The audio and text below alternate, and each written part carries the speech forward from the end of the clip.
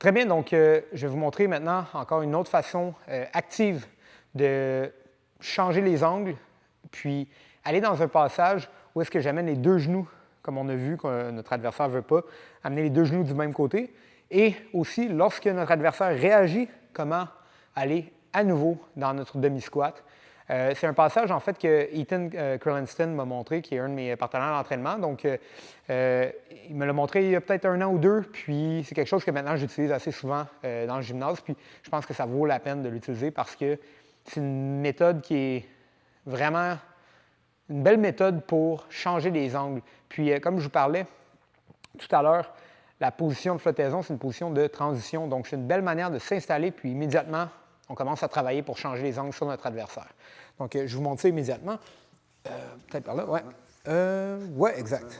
Oui, comme on avait dit. OK, donc, à nouveau, je rentre dans la position avec mon adversaire. J'arrive ici, je suis bien positionné.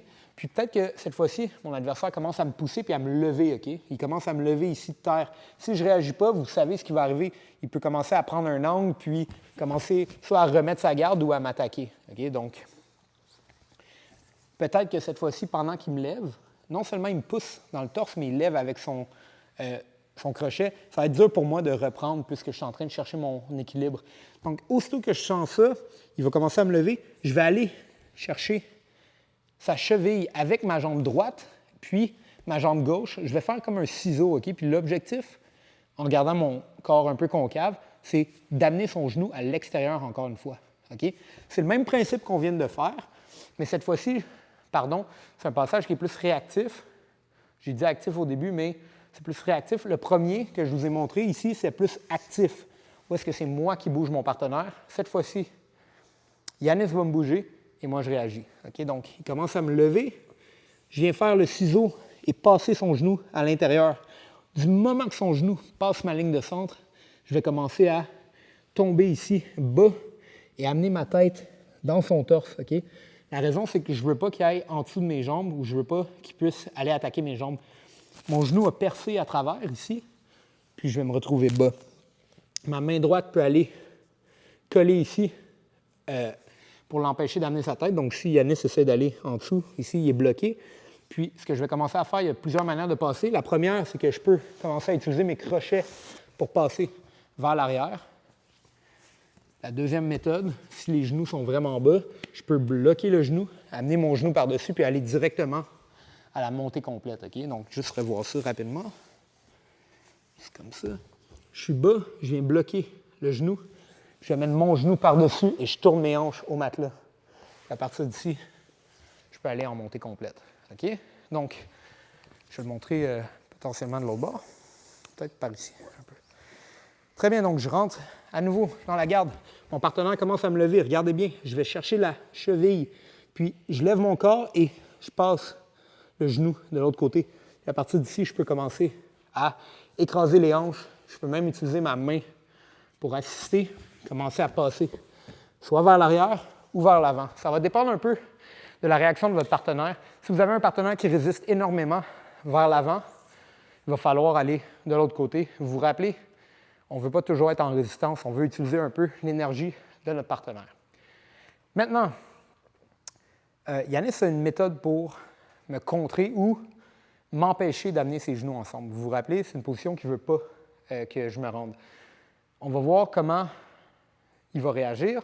Qu'est-ce que nous, on peut faire, en fait, pour éliminer sa réaction, si vous voulez. Fait que, encore une fois, c'était par ici, je crois. On cherche l'angle optimal.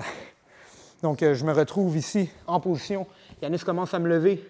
À nouveau, je commence à passer son genou, mais maintenant, Yannis sait que si ses genoux vont ensemble, c'est pas bon. Donc, il va commencer à tout tourner vers le côté exact. Puis, on va se retrouver dans cette position. Ramène ton genou. On va se retrouver en demi-squat. Puis, je vais perdre la position avantageuse que j'avais. Donc, ce qu'on va faire, c'est que du moment que je commence à passer son genou et que je sens qu'il tombe, il tourne vers la droite, je vais moi aussi y aller directement. Et le plus important, c'est ici, le cadre à l'intérieur de la hanche. Je vais venir bloquer ses hanches puis être bas. Donc maintenant qu'il essaie de ramener son pied ou son genou, c'est très dur. Puis je peux commencer à nouveau, passer dans ma position de demi-squat. Puis à partir d'ici, j'ai tous les immobilisations auxquelles on a déjà vu puis qu'on parlait. Donc, à quel point ces deux passages-là se connectent bien ensemble. Il faut savoir, lorsqu'on a un adversaire qui nous résiste, aller de l'autre côté, utiliser le cadre à l'intérieur des hanches, éliminer les cadres du genou et du torse. Ça me permet de passer. Je vous le remonte une dernière fois par ici. Yes. Donc, j'arrive dans ma position ici. Yannis commence à me lever. Je commence à passer sa jambe vers l'intérieur. Il réagit. Moi aussi, je le suis. Et surtout, j'ai mon cadre à l'intérieur. J'occupe l'espace des hanches. Maintenant, ces hanches sont bloquées. Puis même s'il commence à attaquer mon torse, vous vous rappelez, il commence à pousser ici, je peux me lever vers le bas, passer mon genou, connecter mes hanches. Puis je suis en belle position pour immobiliser mon partenaire. Donc, le passage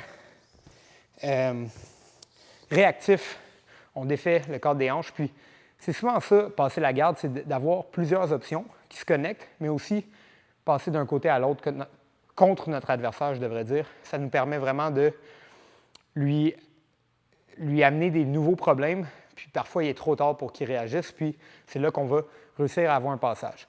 Donc, on change de niveau, puis finalement on vient écraser les hanches et immobiliser notre partenaire.